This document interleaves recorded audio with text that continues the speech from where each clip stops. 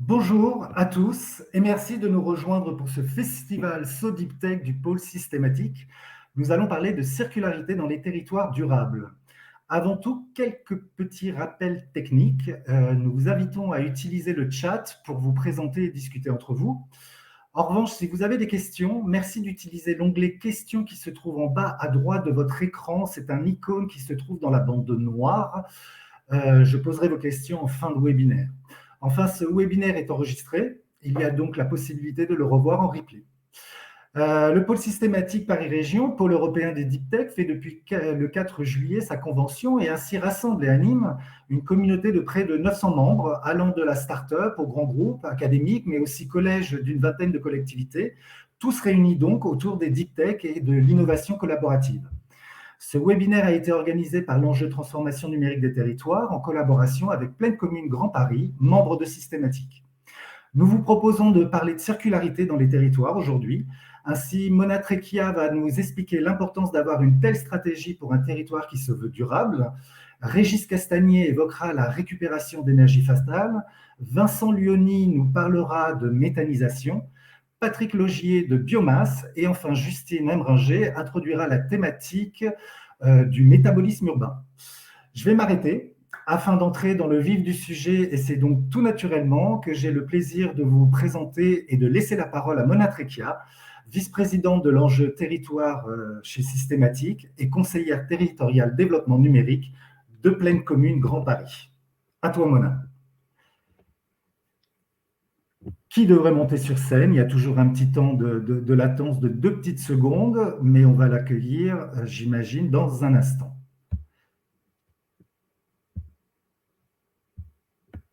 Bonjour à Philippe Augier. Je vois qu'il nous a mis un petit message Bonjour à toutes et à tous. dans le message. Bonjour Mona, Merci. la piste est à toi. Bonjour à toutes et à tous, je suis ravie de vous retrouver pour ces 3 jours de So Deep Tech. Alors moi, je vais évoquer avec vous effectivement l'enjeu de transformation numérique des territoires dans le cadre de pôle systématique et dont j'ai le plaisir d'être vice-présidente, mais aussi de la nécessité effectivement d'élaborer au sein de nos territoires des stratégies de développement numérique, je dirais, responsables et qui mettent en œuvre, je dirais, une accélération en tout cas de la circularité. Alors, tout d'abord, je vais vous dire quelques mots sur effectivement Pleine Commune. Pleine Commune, c'est un territoire de 440 000 habitants, 9 villes de Seine-Saint-Denis, une des plus anciennes communautés de communes et qui a au cœur depuis, je dirais, sa genèse, depuis sa naissance, tout ce qui est autour du développement durable et effectivement de maîtriser les enjeux environnementaux qui sont certes d'actualité depuis quelque temps, mais qui font partie, je dirais, du cœur de Pleine Commune. Alors, nous, on s'est posé effectivement beaucoup de questions sur les enjeux environnementaux. Cette idée, en tout cas, qu'on a avec l'enjeu de transformation numérique des territoires du pôle systématique, c'est aussi de fédérer 15 territoires franciliens autour justement de la transformation numérique des territoires et de se poser des questions de mutualisation, puis surtout de rapprocher les innovateurs avec les besoins des territoires et les besoins des habitants pour pouvoir proposer en tout cas des solutions qui soient sobres et qui permettent, je dirais, de construire les territoires de confiance, mais aussi les territoires durables de demain. Alors, la nécessité d'aborder effectivement une stratégie numérique, moi je suis élue effectivement depuis 2014 au sein de Pleine Commune et élue locale à l'innovation à Épinay-sur-Seine. L'idée, c'est de se dire comment on va pouvoir ensemble construire une stratégie numérique et la rendre surtout pérenne. Donc, dès les premiers temps, on s'est posé la question et j'ai souhaité qu'on porte une stratégie qui est, je dirais, celle du désir et qui est durable, éthique, solidaire, inclusive et responsable. Donc, la première notion de numérique responsable, elle est venue comme une évidence, je dirais, autour de 2015, avec une forte accélération en 2020 sur cette nouvelle mandature, avec une forte impulsion, je dirais, politique d'accélérer, je dirais, l'innovation au service des enjeux de circularité et puis surtout de construire vraiment cette ville de demain durable et inclusive et éthique. Donc la responsabilité numérique, il y a effectivement la loi Rennes qui est arrivée le 30 juillet de l'année dernière qui porte en tout cas au niveau législatif des obligations des collectivités sur le numérique responsable Et le numérique responsable, c'est un enjeu majeur qui porte aussi bien les enjeux environnementaux, donc construire des solutions sobres au service des besoins des territoires, mais elle porte aussi l'inclusivité, elle porte aussi la cybersécurité, elle porte aussi l'éthique, faire des choix technologiques qui nous permettent de co-construire en tout cas ensemble la société éthique, durable, solidaire, responsable et inclusive de demain. Alors, au sein de Plaine Commune, on dialogue avec beaucoup de territoires, avec beaucoup de villes au niveau national. Et effectivement, ça permet de passer à l'échelle et de mutualiser. Et on s'aperçoit qu'un des enjeux majeurs du numérique, puisqu'il irrigue l'ensemble de nos politiques publiques, que ce soit les mobilités, que ce soit l'inclusion numérique, que ce soit l'installation de data centers sur notre territoire. Et d'ailleurs, nous avons le plaisir d'avoir Régis Castagnier d'Equinix qui va nous en parler, puisqu'on est très très fiers de ce projet mené sur notre territoire. L'idée, c'est vraiment de se dire, la donnée, elle est autour de tous ces enjeux. La donnée, on crée et on utilise des milliards de données chaque année. Comment on va pouvoir effectivement réduire cet impact et non seulement mettre l'innovation au service de la réduction des impacts écologiques, transition énergétique, mais aussi comment on va pouvoir co-construire et concevoir des solutions numériques qui soient sobres. Donc, sans plus attendre, je vais laisser la parole à Régis Castagnier, qui va nous parler effectivement d'un très beau projet sur le territoire de Plaine Commune. Donc, Régis Castagnier, c'est le managing director d'Equinix qui est installé effectivement sur notre territoire. J'ai parlé de la donnée. Effectivement, la donnée, elle est centrale dans tout ce qu'on peut offrir comme solution sur nos territoires. La donnée, c'est un outil d'aide à la décision. Vous avez installé effectivement un data center qui est un modèle, je dirais, des data centers aujourd'hui. Vous travaillez autour de la récupération de l'énergie fatale, notamment pour la piscine olympique des JOP 2024 que nous accueillons sur notre territoire. Régis, je vous donne la parole. Activer le micro. Voilà, vous m'entendez? Oui, c'est parfait. Parfait. Merci Mona et merci pour cette brillante introduction. Effectivement, le projet que nous avons mené sur Plaine Commune est le fruit d'une collaboration et en particulier avec Plaine Commune et avec la mairie de Saint-Denis. Alors, de quoi parlons-nous? D'abord, le data center. Le data center, pour ceux qui éventuellement pourraient se poser des questions sur l'évanescence d'un cloud, un cloud, en fin de compte, c'est à la base un bâtiment dans lequel on va héberger l'informatique du monde entier. Et c'est l'activité d'Equinix, où nous en avons 250 de par le monde. L'hébergement de cette informatique, donc vous et moi, là actuellement, le système qu'on utilise est un système qui va tourner sur des serveurs et ces serveurs vont générer de la chaleur. Et c'est là où on va parler donc de ce projet qui pour moi est un exemple de circularité dans le plus beau sens du terme. Donc, quand vous utilisez ce pont de conférence ou quand vous allez envoyer un message sur Facebook, bref, toutes les interactions que vous avez dans votre monde numérique, in fine, vont se produire dans des serveurs qui sont dans les data centers d'Equinix et in fine, vont produire de la chaleur. Alors, précédemment, que faisait-on? Cette chaleur, il fallait bien la refroidir pour être capable ensuite de pouvoir refroidir les serveurs et faire en sorte que cette informatique puisse continuer à fonctionner de manière optimale. Et ce que nous avons eu l'idée de faire, et je le souligne parce que c'est important, c'est la première fois que ce type de récupération de chaleur est faite à l'échelle industrielle. En l'occurrence, on chauffe et la piscine olympique et 1600 logements de la zone Saulnier. Eh bien, on a simplement eu l'idée de dire, cette chaleur, plutôt que de devoir nous la refroidir en utilisant de l'énergie, eh bien, prenons cette chaleur, on va ensuite la diriger vers Plaine Commune et en l'occurrence le SMIREC qui gère ce réseau de chaleur et on va la donner aux communautés d'une manière générale, donc à ce réseau de chaleur. Et ça a deux avantages en termes de circularité. Le premier avantage, c'est que, encore une fois, la chaleur que vous générez quelque part dans vos usages numériques et qui sont dans mes data centers, eh bien, on va s'en servir pour aller chauffer vos habitations ou pour aller chauffer les piscines. Vous avez vu qu'au plus fort de la crise d'électricité, certaines piscines avaient dû fermées parce qu'elles n'étaient pas capables de supporter la charge financière pour chauffer leur piscine. Et donc ça, on va le faire gratuitement. Mais c'est là où la circularité prend tout son sens. C'est comme on envoie cette chaleur et que cette chaleur est quelque part refroidie par des usages, donc vous qui allez vous baigner dans la piscine olympique ou vous qui utilisez votre appartement qui est chauffé par ce réseau de chaleur, eh bien on récupère une température inférieure à celle qu'on vous a envoyée. Et de ce fait, au lieu de devoir utiliser des équipements pour réduire cette température et donc utiliser de l'énergie, de l'électricité, eh bien quelque part, ce refroidissement de l'eau se fait naturellement sans aucune dépense énergétique. Donc c'est cet exemple-là que je voulais utiliser. Alors on en a plein d'autres dans le monde du data center en matière de circularité. On se veut vraiment exemplaire en matière de développement durable et tous nos engagements sont extrêmement clairs, documentés et suivis au niveau Europe, France et régional.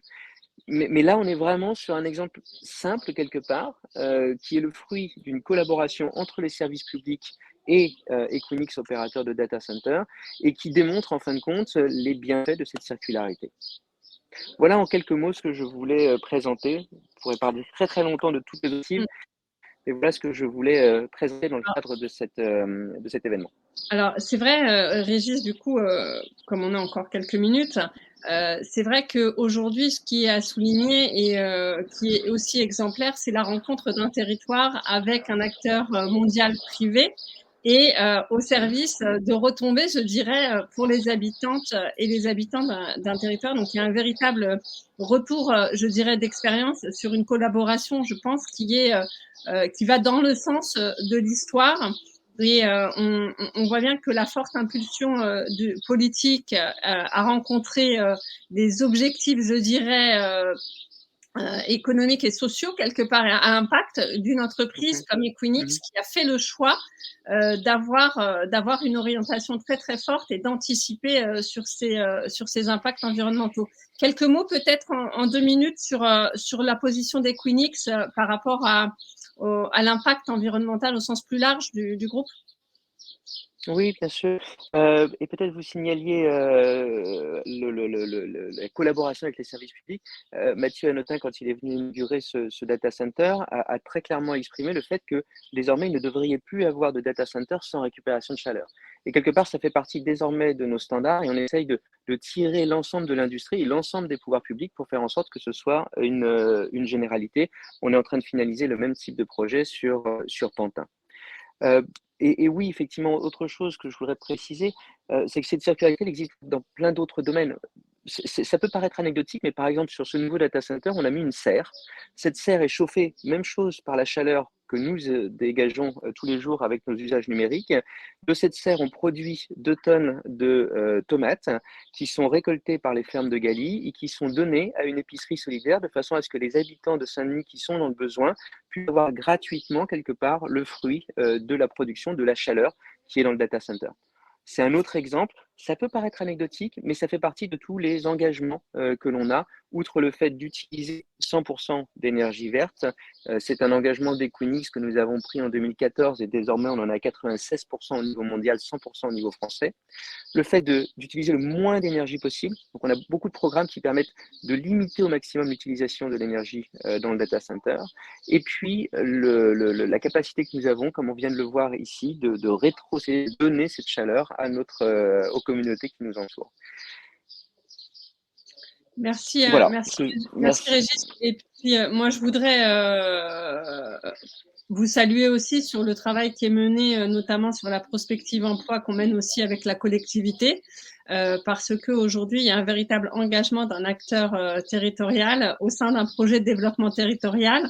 Et ça, c'est un message pour les innovateurs qui sont avec nous ce matin et les collectivités, de dire que ce partenariat public-privé avec des retombées habitants va dans le sens de l'histoire et qu'il est effectivement important aujourd'hui de développer ce type de partenariat au vu, je dirais, des objectifs communs que nous avons en termes de circularité et puis de décarbonation aussi de nos territoires. Merci beaucoup, Régis, de votre intervention. On va passer effectivement à Vincent Luoni. Merci Régis. On va passer à Vincent Luoni, qui est responsable commercial de Trion Environnement. Avec vous, Vincent, on va parler de méthanisation périurbaine pour les biodéchets alimentaires.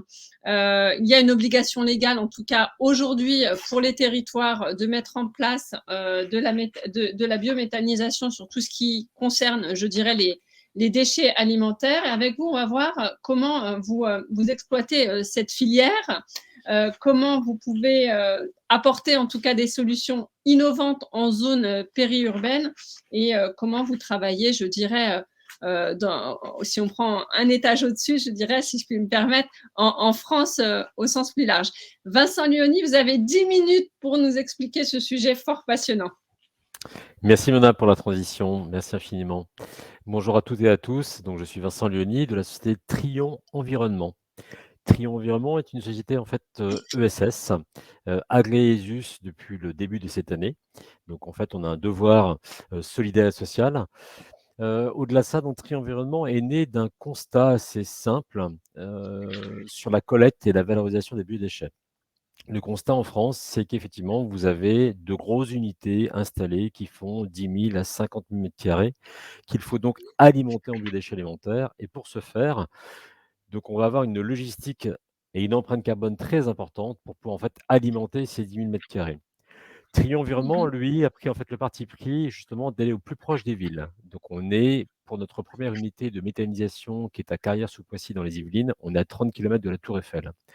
Et on vient collecter chez différents producteurs de biodéchets, donc par rapport à la loi AGEC, qui dit qu'au 1er janvier 2023, chaque producteur de plus de 5 tonnes se doit de collecter et de valoriser ses biodéchets. Et sachez qu'au 1er janvier 2024, tout le monde sera en fait impacté, puisque vous et moi, Kidam, c'est au premier kilo produit que nous devrons en fait de valoriser nos biodéchets. Donc pour ce faire, en fait, nous collectons différents clients, que ce soit des écoles, des cantines scolaires, des établissements privés, comme la Tour NJ par exemple à la Défense, des restaurateurs, des traiteurs, et nous allons collecter ces biodéchets pour pouvoir en fait les transformer. Les transformer donc chez Modulo, les transformer sur uniquement 2500 m² de foncier qui vont pouvoir traiter 10 000 tonnes de biodéchets par an. Et nous allons les transformer en fait en différentes énergies. La première, du digestat. Le digestat, en fait, c'est un fertilisant, un petit peu le parallèle ou le pendant en fait du compost. Le compost, lui, est un amendement. Un amendement, c'est qu'on nourrit en fait le sol. Un fertilisant, on nourrit en fait la plante qui en a besoin. Et donc, ce digestat est déversé chez des partenaires agricoles dans un grand bassin de 2500 m² à Acquevilly, qui est à 5 km de notre unité de méthanisation. La deuxième énergie que nous allons produire, c'est effectivement en fait du biogaz que nous allons épurer et réinjecter en fait dans le réseau. Et la troisième énergie qui est toute nouvelle, qui n'apparaît pas sur cette slide, nous allons produire notre biogaz carburant. Et nous avons reçu pas plus tard qu'hier à 13 h nos camions GNV. Et donc nous allons pouvoir produire notre propre biocarburant et circuler avec pour collecter en fait les biodéchets. Trion Environnement, c'est aussi un acteur, en fait, un ensemblier que j'appelle. Pourquoi ensemblier? C'est que nous allons concevoir, développer, financer, construire et exploiter en fait une unité de micro-méthanisation. On a un ensemblier parce qu'en fait, on gère absolument tout le cahier complet, toute l'activité complète en fait d'une unité de micro-méthanisation, de son projet jusqu'à en fait à la mise en service. C'est important et c'est hyper pratique et rapide. Pourquoi? C'est qu'effectivement, avec uniquement 2500 m² de foncier, on peut répondre à chaque commune, à chaque département, au plus rapide, puisque la création d'unités de méta est d'environ 2 ans chez Trion Environnement. Donc très rapide pour répondre en fait aux besoins grandissants de cette collecte et de cette valorisation de biodéchets.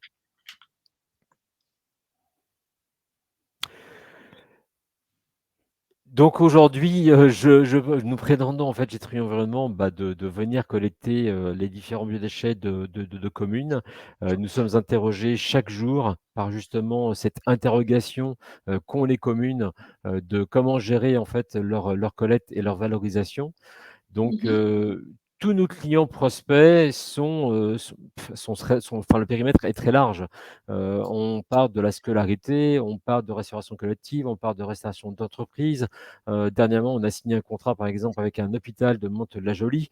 Donc en fait, tous les acteurs, tous les producteurs sont concernés. Donc, Trion Environnement est la solution, en tout cas, la plus éco-responsable qui puisse répondre en fait à ce besoin. Je dis éco-responsable pourquoi? C'est qu'effectivement, en collectant au plus près des villes, on évite en fait toute cette empreinte carbone. Et sachez en fait que pour chaque tonne en fait produite de biodéchets, on va produire nous 150 kilos, enfin on va réduire de 150 kilos l'empreinte de CO2. Donc c'est hyper important. Et on va produire derrière effectivement suffisamment de biogaz. D'accord. Avec cette production de méthane. Aujourd'hui, quelques mots sur vos implantations et perspectives en France. Je sais que vous avez une slide sur ce sujet-là. Juste après, tout à fait, oui. Voilà. Je ne sais pas si j'ai la main. Si, Voilà. très bien. Alors effectivement, notre implantation en France aujourd'hui, premier site à Cayères-sous-Poissy, donc dans les Yvelines. Nous avons d'autres projets. Alors des projets qui sont juste avant ici, que nous appelons en fait des modulo-transferts. Modulo-transfert, c'est que nous avons besoin uniquement de 300 mètres carrés pour pouvoir en fait installer des quais de transfert. Des quais de transfert, on va en fait avoir une adaptabilité en fait à une saisonnalité, à une demande en fait spécifique par rapport aux saisons, et on va pouvoir en fait s'adapter à une logistique douce. Encore une fois, c'est que l'empreinte carbone va être réduite. On va venir collecter, transférer sur ce quai de transfert pour après en fait renvoyer ce biodéchet collecté sur justement les autres unités de méthanisation. Et les autres unités de méthanisation, aujourd'hui on a des beaux projets puisque nous avons 5 unités à échéance 2025. La toute prochaine sera pour la ville de Le Mans. Et d'autres implantations futures comme Limoges, Grenoble, Nice, Pau également. Donc aujourd'hui, des grosses intentions d'installation sur tout le territoire national. Et pour pouvoir justement prétendre à répondre à la demande en fait grandissante de tous les acteurs, de tous les producteurs. Vous pensez qu'il y a une accélération? Ah oui, c'est même évident. Enfin, l'accélération, elle est même, on va dire, obligatoire. La loi AGEC est une loi en fait qui s'est durcie et tant mieux, puisqu'en fait, on se doit d'œuvrer en fait dans notre quotidien pour l'environnement. Et donc, les biodéchets font partie de ce travail à réaliser. Donc oui, la loi AGEC nous aide en cela. Et la loi AGEC, en fait, va nous obliger à cela au 1er janvier, je disais 2024, pour chaque producteur. Et chaque producteur, ce ne sera plus des entreprises, mais nous-mêmes, en fait, au sein de notre activité personnelle, nous produisons des déchets et nous devons en fait de les valoriser. Oui, et ça, c'est un sujet qui est au cœur, en tout cas, des problématiques des territoires et des villes parce que ça oblige à réinventer, en tout cas à réorganiser la collecte des déchets et de mettre en place, je dirais, des outils innovants qui permettent justement de faciliter à titre individuel et collectif, parce que vous avez parlé aussi des restaurations collectives, enfin tout ce qui est de l'ordre du service public, mais aussi des habitantes et des habitants à titre individuel, puisque on sait qu'on produit tous des déchets, même si on a une volonté en tout cas collective à en produire moins. Et sur les déchets alimentaires, ça nous fait nous re-questionner sur comment faciliter auprès de nos citoyennes et de nos citoyens cette fameuse collecte des déchets. Merci beaucoup, Vincent. Je vous en prie, merci Mona.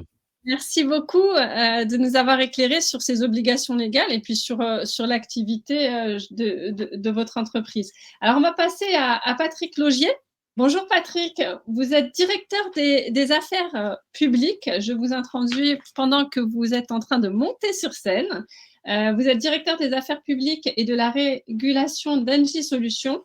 On va parler dans la continuité, je dirais, on va parler des biomasses, des solutions de l'état de l'art, des perspectives, de vos solutions chez Engie. Qu'est-ce que vous proposez comme solution? Et voilà, donc je vous laisse la parole. Patrick Laugier.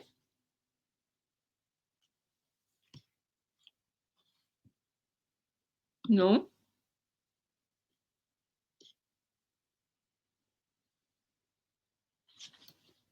Alors, ce n'est pas Patrick. Ah, pardon. Mais j'arrive à ta rescousse, Mona. Et merci à la limite, je vais même proposer à Julien de revenir, puisque nous avons une question. On avait prévu de les poser à la fin, mais puisque Patrick a des soucis pour se reconnecter, et on va en profiter. On a une question de Thomas Vial à Vincent, pardon, qui demande à Vincent, dans le réseau gazier, quelle est la proportion, pardon, de biogaz et de gaz naturel ou autre dans votre réseau de distribution francilienne. Alors, et Patrick a réussi à se connecter depuis. Alors Oui, excuse-moi Bastien, parce que j'étais en train de parler dans le poste et je m'aperçois comme tu es on ne vous intervenu, entendait pas. vous ne m'entendiez pas. Donc, on vous laisse la parole. On reviendra sur la question après. Répondre à la question que vous avez posée. Merci Patrick. En fait, ce qu'on va faire, c'est qu'on va continuer, comme ça on aura un espace de questions enfin. Je vous ai présenté et donc je vous laisse la parole sur la partie biomasse, état de l'art, perspective et solutions d'Engie. Oui, alors d'abord je vais vous remercier de nous avoir invités à votre webinaire, donc qui est très intéressant.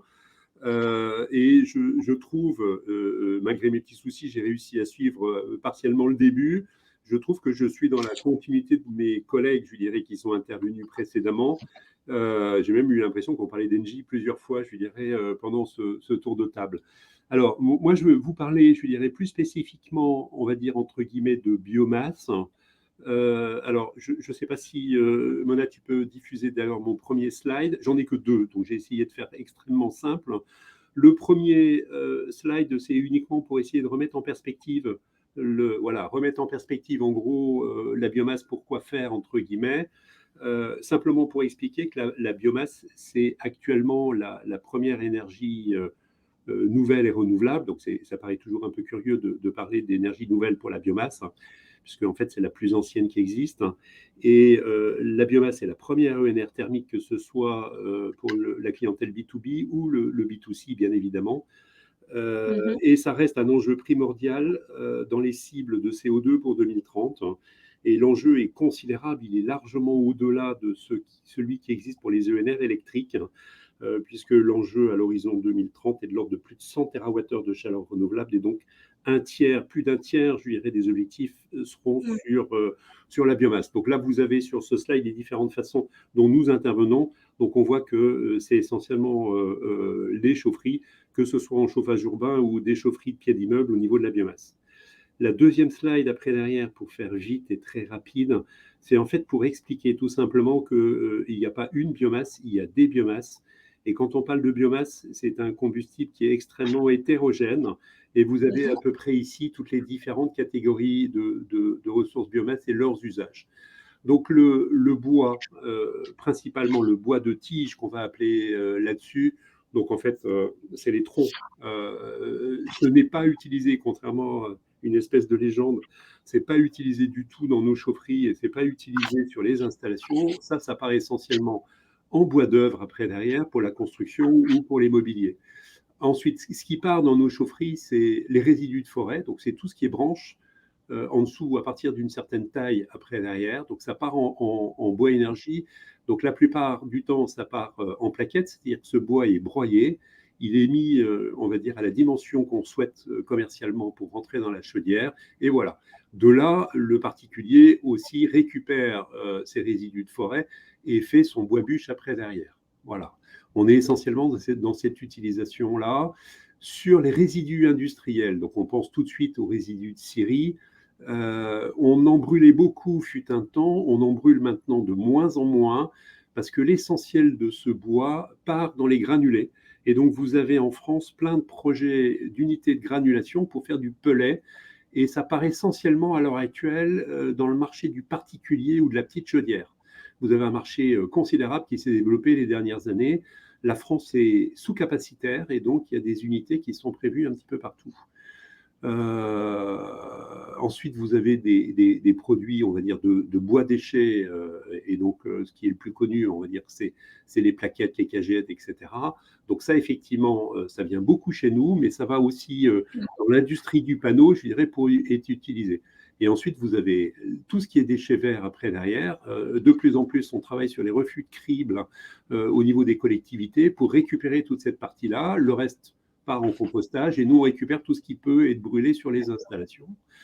Un gros travail également, c'est tout ce qui va être résidus agricoles après derrière qui part dans les chaudières. Donc, d'où un gros travail pour adapter les chaudières après derrière pour récupérer sur ces cultures intermédiaires à vocation énergétique, on va dire tout ce qui ne sert pas à l'alimentaire ou on va dire, je prends l'exemple par exemple du lin. La France est le premier producteur mondial de lin. À peu près la moitié de la production de lin, après derrière, c'est des anodes de lin que l'on peut réutiliser à brûler ultérieurement.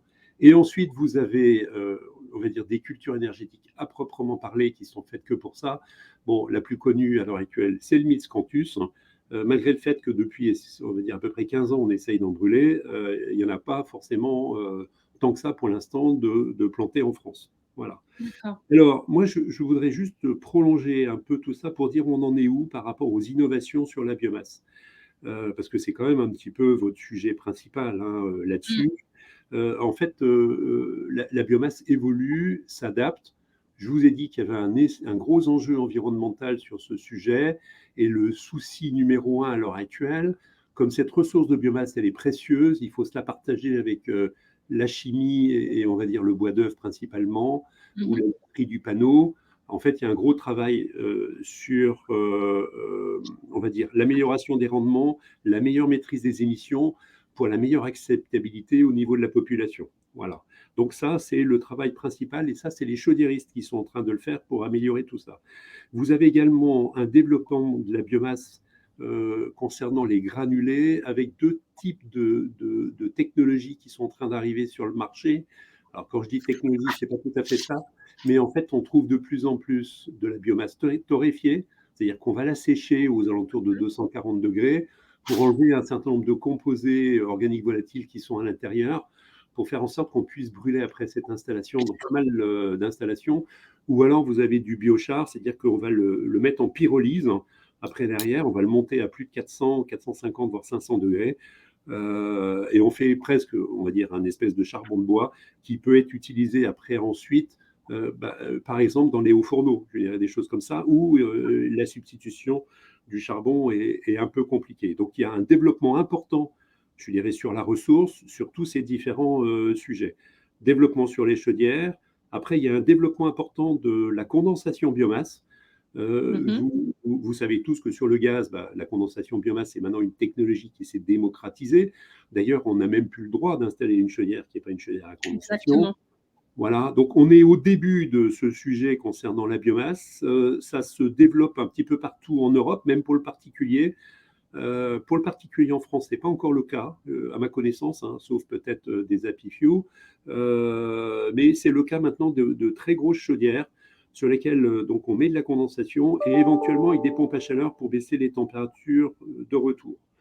En termes de techno, vous avez aussi de plus en plus des essais pour faire en sorte qu'on va essayer de préfabriquer des chaufferies qui vont être en fait des chaudières à pellets qu'on va essayer de conterréniser. Je ne sais pas si je m'exprime mal, mais en fait, on va additionner, on va les mettre en batterie tout simplement pour avoir une meilleure modularité et puis pour avoir des taux de fonctionnement beaucoup plus importants.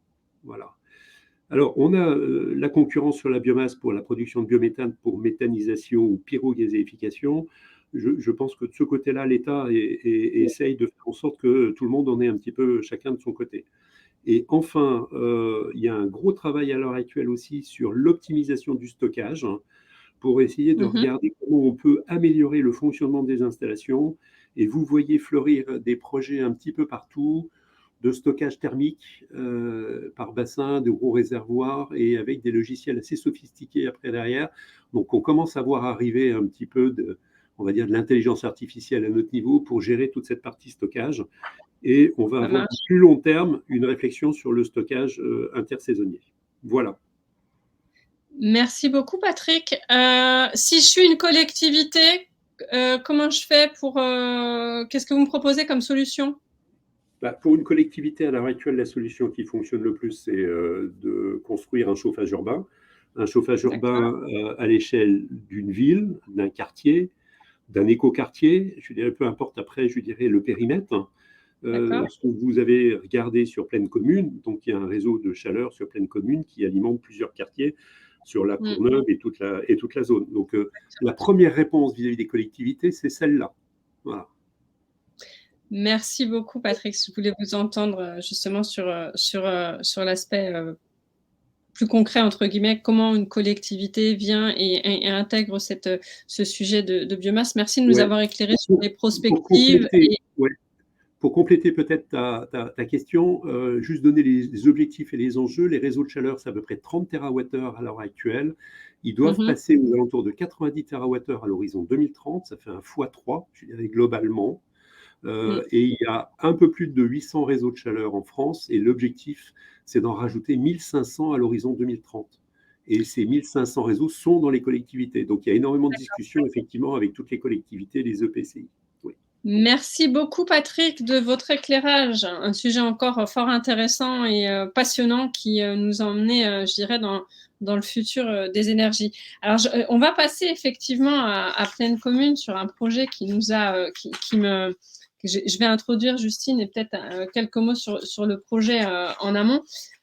Justine Emringer, c'est notre chef de projet métabolisme urbain. Elle sait toute l'amitié et je ne cesse de saluer son travail systématiquement parce qu'on se connaît maintenant depuis plusieurs années et elle sait compter sur mon soutien sur ce beau projet de métabolisme urbain qui a démarré il y a quelques années maintenant, où il y a eu un travail remarquable qui a été fait avec l'ensemble des acteurs, notamment du BTP, acteurs publics, privés.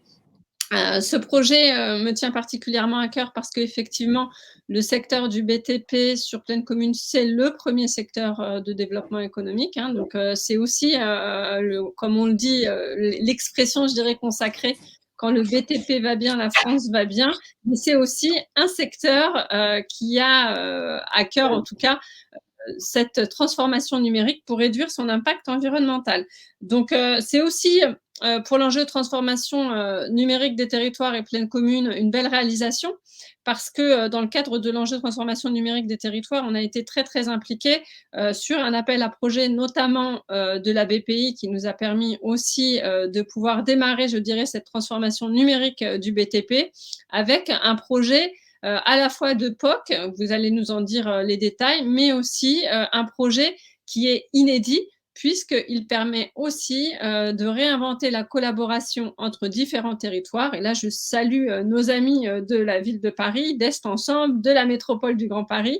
Je salue la BPI, je salue tous les acteurs, en tout cas du pôle systématique qui nous ont accompagnés, notamment le hub intelligence artificielle. Et je dirais aussi un petit clin d'œil à Cédric O, sur lequel on avait eu le loisir d'échanger là-dessus. Donc, on est en train de parler d'un projet de transformation numérique du BTP, on est en train de parler d'une méta-plateforme, et Justine Emringer, je vous invite à nous expliquer ce beau projet et qui a une grande particularité, c'est multi-acteurs, mais aussi une forte implication de l'ensemble des élus de Est Ensemble, Métropole du Grand Paris, Mairie de Paris, pour impulser, je dirais, cette transformation. À vous, Justine. Merci beaucoup. Bonjour à toutes et tous.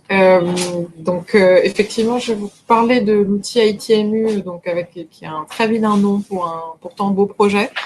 Donc, on va bientôt changer le nom, mais en tout cas, l'idée, c'est de vous présenter en quelques mots donc cet outil, les grands enjeux et puis surtout les principales fonctionnalités envisagées. Donc, globalement, je rentrerai un petit peu dans le détail après, mais l'outil ITMU, son objectif, c'est de faciliter la rencontre entre l'offre et la demande de matériaux issus du BTP. Donc, on a énormément de gisements à valoriser qui sont issus des chantiers de déconstruction, démolition, réhabilitation, beaucoup de chantiers de construction neuve. Donc, l'idée, c'est de permettre de faire le lien entre ces différents chantiers de manière plus systématique que ce qu'on fait aujourd'hui. Pour ceux qui connaissent un peu Pleine Commune et puis le projet Métabolisme Urbain, aujourd'hui, on a des pratiques qui nous permettent déjà de faire connaître les gisements existants, donc ce soit des gisements issus du second œuvre, donc des portes, des moquettes, mais aussi des fenêtres, mais aussi tout ce qui est gisements issus des espaces publics, des bancs, des dalles, des pavés, ce qui est parfois valorisé en recyclage, mais assez peu en réemploi aujourd'hui. Donc, l'idée, c'est d'augmenter cette part de réemploi. Donc, aujourd'hui, on envoie des mails à chaque fois qu'on a des gisements disponibles, mais c'est très artisanal. Ça passe par mail, c'est des bases de données avec des PDF dans lesquelles il faut aller fouiller, etc. Donc, l'idée, c'est que comme notre ambition à Pleine Commune, c'est de changer d'échelle dans les pratiques et vraiment de systématiser les pratiques de réemploi sur les chantiers, de disposer d'un outil numérique qui nous permettra d'être une sorte de méta-plateforme pour faciliter la rencontre entre l'offre et la demande des matériaux. Parce qu'en fait, aujourd'hui, il y a énormément d'outils qui existent déjà, des plateformes de l'offre, comme Cycle.fr, Le Bon Coin, Bacassia.fr, qui permettent de mettre en ligne des gisements. Pour la demande, il y a par exemple le booster, mais en fait, la donnée, elle est très éclatée. Donc, si vous recherchez un gisement, il faut passer énormément de temps, en fait, pour aller fouiller dans tous les outils. Nous, notre idée, c'est pas de concurrencer les outils existants, mais c'est vraiment de mettre sous un seul et même chapeau l'ensemble des outils, et comme ça, d'avoir accès à l'information plus facilement. Ça nécessite de mobiliser bien sûr l'ensemble de nos écosystèmes, puisque c'est nous qui impulsons, mais ce sont les donneurs d'ordre qui vont impulser, qui vont renseigner cet outil-là avec leurs maîtres d'œuvre, avec leurs entreprises, avec les associations, donc les promoteurs, les bailleurs, les aménageurs, autant d'acteurs qui vont être impliqués dans l'utilisation de cet outil-là.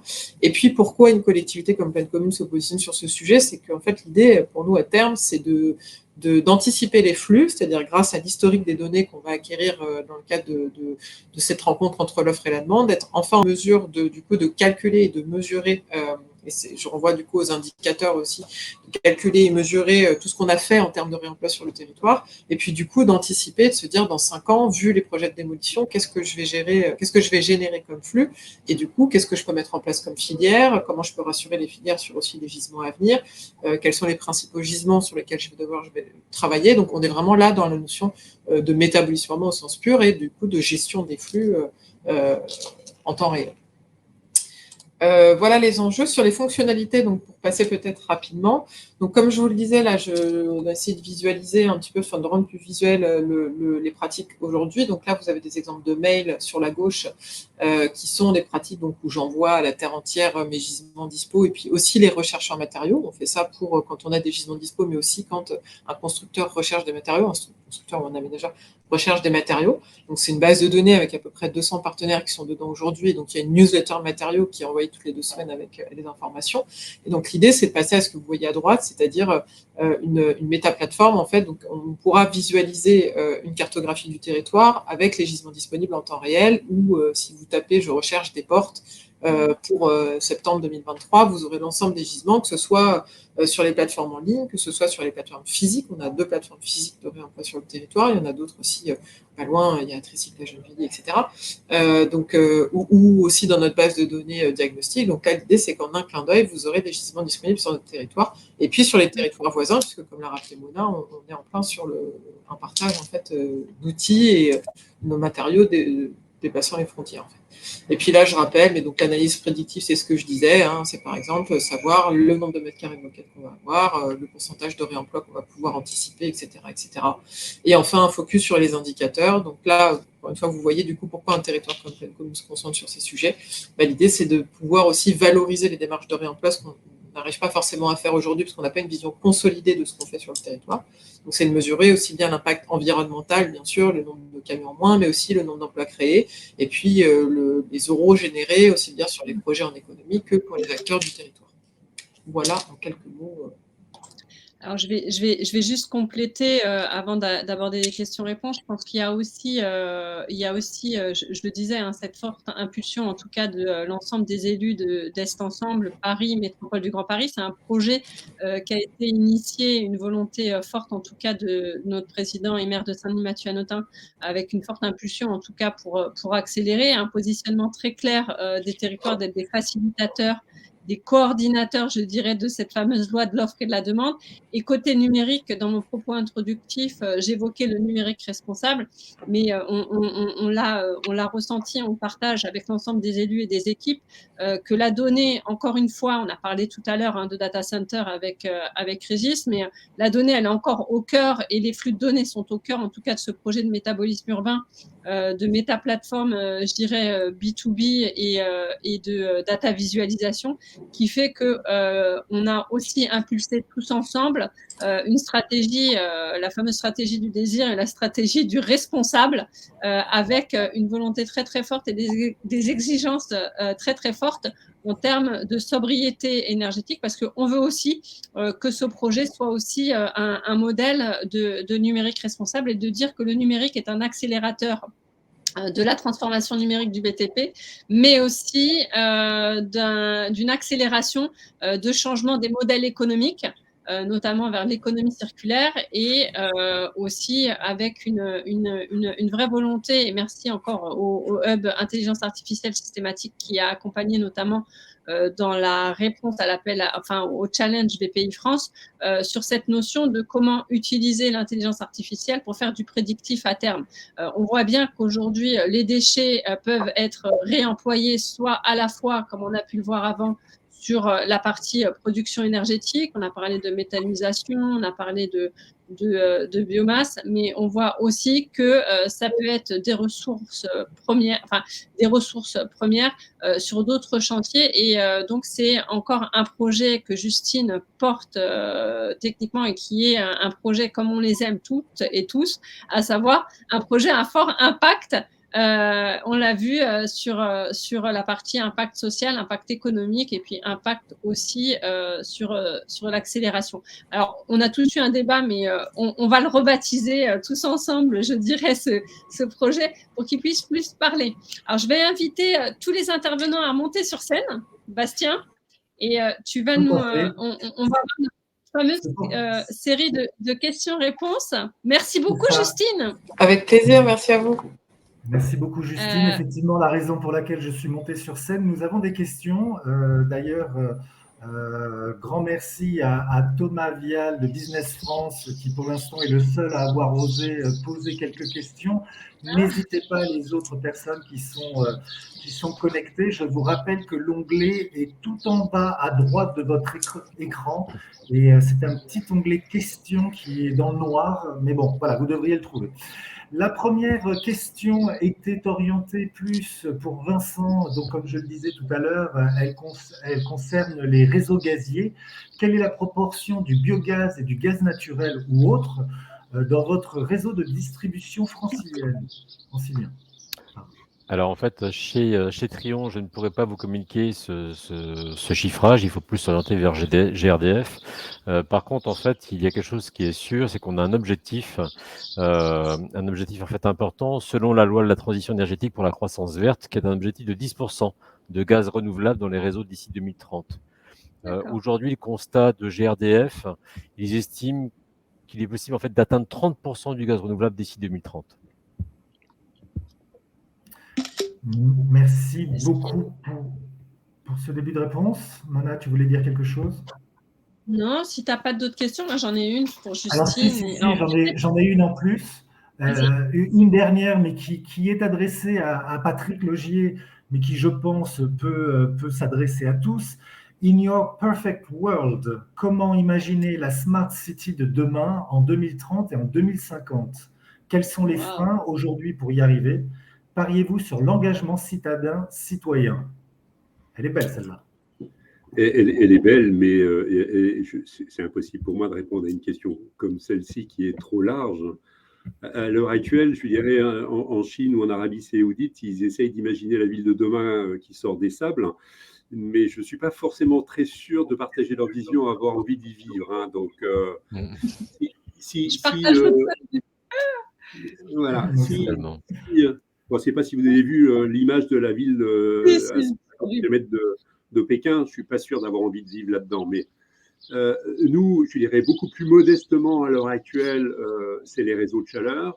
L'objectif à l'horizon 2030 et après 2050, c'est de passer à peu près à 20% de chauffage alimenté par les réseaux de chaleur en France.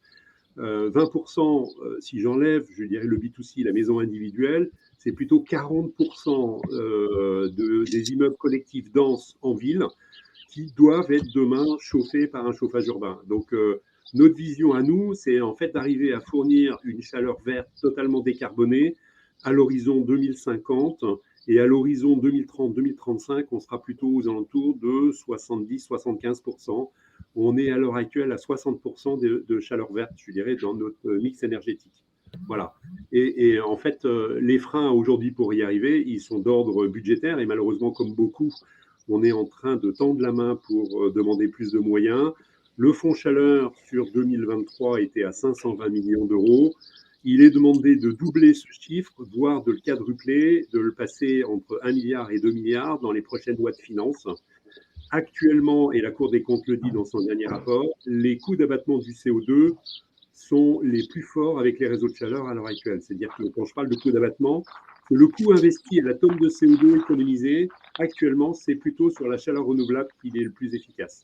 Donc pour l'instant, par rapport à une question purement économique, c'est là où il faut mettre notre argent collectivement. Voilà. Alors, moi, je vais me permettre de réagir à la question un peu plus large pour donner un petit peu, en tout cas, la vision d'un territoire que je porte depuis 2014. La ville de demain, je dirais, c'est la ville d'aujourd'hui. On est passé dans un monde post-Covid, on ne pense plus la ville de demain comme on l'a pensé avant. Je pense que les citoyennes et les citoyens sont forcément des acteurs et c'est cette fameuse idée de se dire que cette ville de demain, elle sera durable, responsable, éthique et avant tout au service des citoyennes et des citoyens. Elle se co-construit avec eux, pour eux, que ce soit dans tous les aspects qu'on a pu voir aujourd'hui et aussi bien dans les aspects plus génériques du sens commun qu'on veut donner. Je crois que Smart City, c'est un abus de langage. Je crois que l'intelligence, c'est celle qui est fondée et co-construite avec l'ensemble des acteurs économiques, citoyennes, citoyens et forces politiques à l'écoute de tous ces besoins et bien entendu les acteurs. J'aime bien dire acteurs parce qu'aujourd'hui, l'innovation, elle est centrale. Moi, j'avais une question pour Régis Castagnier parce qu'on a parlé beaucoup de données avec Justine, on a parlé réseau de chaleur, etc. Pour vous, qu'est-ce que c'est le data center de demain ?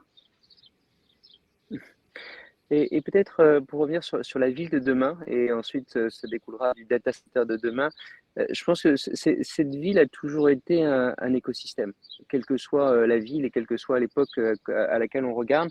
La ville a toujours été le rassemblement d'intérêts qui se complètent, on espère, pour la majorité. Et aujourd'hui, ces écosystèmes sont sous-tendus et accélérés par le numérique, par tous les usages digitaux que nous pouvons avoir et qui, quand on regarde par exemple la révolution de l'intelligence artificielle qui est en cours actuellement, qui ne font que s'accélérer. Et donc cette ville de demain donnera de plus en plus de place, on l'espère pour le meilleur, si elle est construite avec les citoyens au numérique. Et qui dit numérique dit également infrastructure. Donc infrastructure dit infrastructure télécom. La ville de demain est innervée de fibres qui permettent ces fonctionnements, d'ondes également qui permettent de transporter toutes ces données. Et par définition, doit effectivement avoir également des infrastructures de type data center pour supporter toutes ces révolutions qui sont en cours. Le volume de données ne cesse que d'accroître et de manière exponentielle. Les capacités de traitement ne font que s'accroître et de manière exponentielle là également. Et donc on est sur une révolution où on ne peut pas imaginer la ville de demain sans data center. Mais je le précise, avec une harmonie dans son implantation. Et c'est ce que j'aime bien sur la ville de Saint-Denis. Je pense qu'on a aussi à avoir cette bonne intelligence dans l'implantation du data. Merci Régis. Alors, je vais vous faire un exercice. Alors, hier, j'avais 60 secondes, mais vous allez, vu que j'aime bien qu'on finisse un peu dans les temps, 30 secondes chacun pour dire pour vous, si on veut atteindre la circularité de décarbonation pour nos territoires, quel est le facteur clé de succès, chacun, je dirais, avec votre vision et vos activités. Patrick Logier. Patrick. Bon, pour moi, ce n'est pas très compliqué, je dirais. Donc, travailler sur la décarbonation de votre chauffage chez vous, parce que c'est votre premier poste d'émission de CO2. Il faut à tout prix que vous arrivez à passer sur des ENR. Deuxième sujet, c'est votre mobilité. Donc, soit vous achetez une voiture électrique, soit vous vous déplacez moins et vous essayez de partir, de prendre moins l'avion. Et puis après, finissez avec des petits gestes de partout pour essayer de faire des économies partout où c'est possible. Mais la priorité, les deux priorités, c'est votre chauffage et votre transport. Merci beaucoup, Patrick. Merci beaucoup. Vincent, 30 secondes. Je sais que c'est un exercice qui est difficile. C'est parti. 30 secondes. Et écoutez, donner une seconde vie à vos biodéchets. Un retour au sol. La terre nous nourrit. La terre, en fait, nous donne de belles cultures que nous avons le plaisir de déguster. Il nous faut aussi, en retour, la nourrir. Donc, les biodéchets, en fait, c'est un retour au sol. C'est de la décarbonation. Et cette décarbonation, elle est locale. Arrêtons d'envoyer et de faire voyager nos biodéchets à travers la France ou à travers le pays européen pour venir la méthaniser. Merci beaucoup, Vincent. Régis, même exercice. Comment on réussit tout ça ensemble? Deux mots qui me viennent spontanément à l'esprit. Un qui est le mot de sobriété, qu'on a déjà survolé dans toutes nos discussions. Et puis l'autre, c'est du bon sens. Nos ancêtres faisaient, je pense, beaucoup plus montre de bon sens. Et il faut que dans ce monde qui nous propose des capacités, des possibilités extraordinaires, simplement qu'on consomme intelligemment. Et ça, c'est le bon sens qui de temps en temps nous manque un petit peu. Merci beaucoup, Régis. Justine, alors, Oui, qu'est-ce que vous pensez de tout ce qu'on a pu se dire? Et puis surtout, comment, en quelques secondes, vous pouvez nous dire quels seront les facteurs clés de succès, notamment de cette décarbonation et de cette circularité pour les territoires au sens large? Du coup, pour poursuivre un peu sur ce qui a été dit, pour moi, c'est que les maîtres d'ouvrage, les donneurs d'ordre sur le territoire, qu'on est tous d'ailleurs autour de la table, doivent avoir le réflexe de consommer de seconde main, de consommer ce qu'on considère comme des déchets, d'ailleurs, de repenser matières premières secondaires et plus déchets. Il faut arrêter d'acheter du neuf, il faut arrêter de jeter à la poubelle des choses qui peuvent avoir une deuxième vie.